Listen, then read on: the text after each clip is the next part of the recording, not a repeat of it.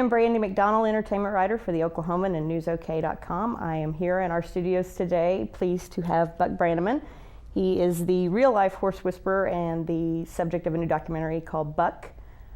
Thanks for coming in today. Welcome to our studios. So, talk to me a little bit about the documentary Buck and how it came about. Well, it was surprising that the negotiation process for doing the documentary lasted about a half a cup of coffee. I'd already known the director, Cindy Meal.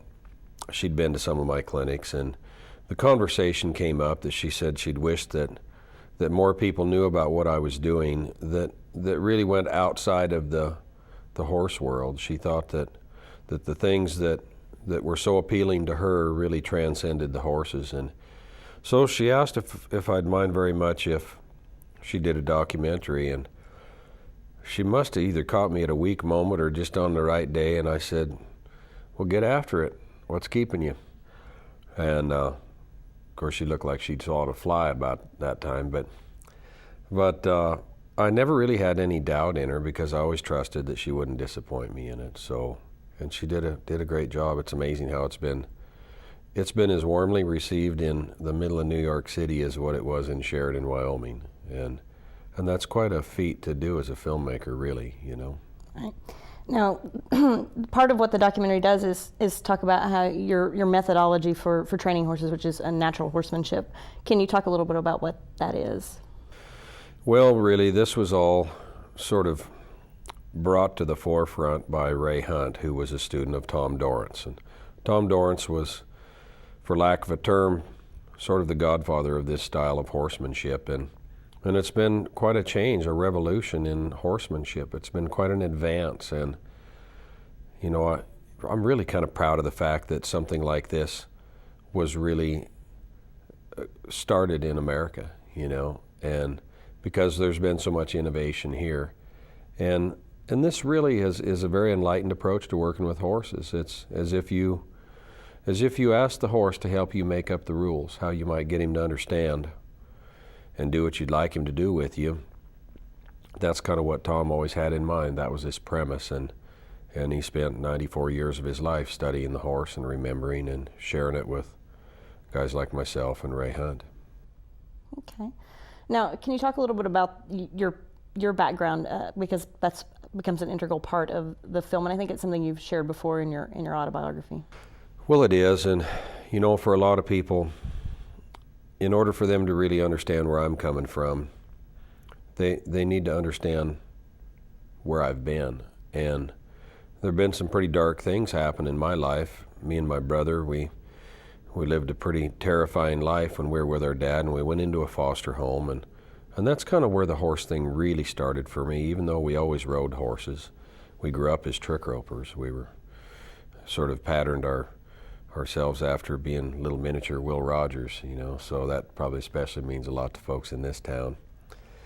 But later on, when I went to live with my foster parents, that was sort of my refuge, was the horses. And there was a time when they were my only friends in the whole world. And I suppose for the first few years, I probably didn't offer them near as much as what they did me. But it was an interest to me, and I decided then at a pretty early age that I wanted to devote my life to being a horseman. And so I started out with an empathy for the horse. And I often tell people that if you've really faced death and really faced it, you have an empathy for something else that's in that sort of a situation. And I think that was probably a good starting place for me with the horses. And then when I was fortunate enough to get around some good horsemen, that they had a little something to work with anyway in me. And now, you worked with Robert Redford on the film The Horse Whisperer, and then he was interviewed in the documentary and had some nice things to say about you. Tell me about how he got roped into, you might say, the movie. You know, it's kind of interesting. Bob and I got to be friends working on The Horse Whisperer, and we've remained friends all these years later because, gee, it's been 10, 11 years since we did that film. But he's a good guy, and we spent an awful lot of time together, and really are fond of each other. And so they asked me early on, they said, since you and Redford are kind of buds, would you ask him to to do a piece on the documentary? And I said, no.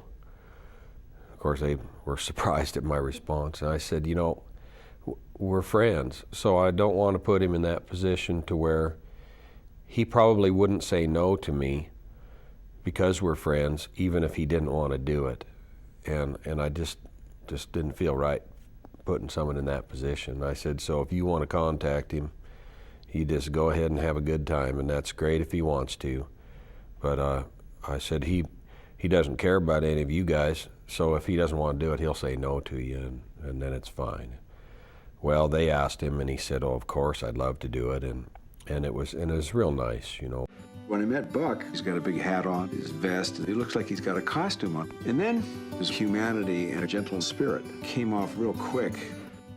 Now, you guys actually won the audience award for a documentary at the Sundance Film Festival. Was that kind of an early indication of how this was going to resonate with people?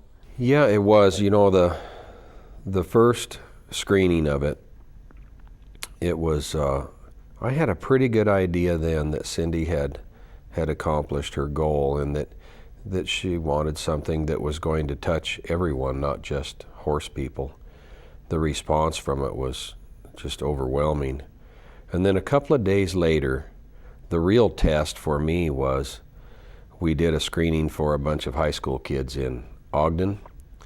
And, you know, teenage kids can be brutally honest with something like that. And it's not like they're renowned for having a very highly developed attention span.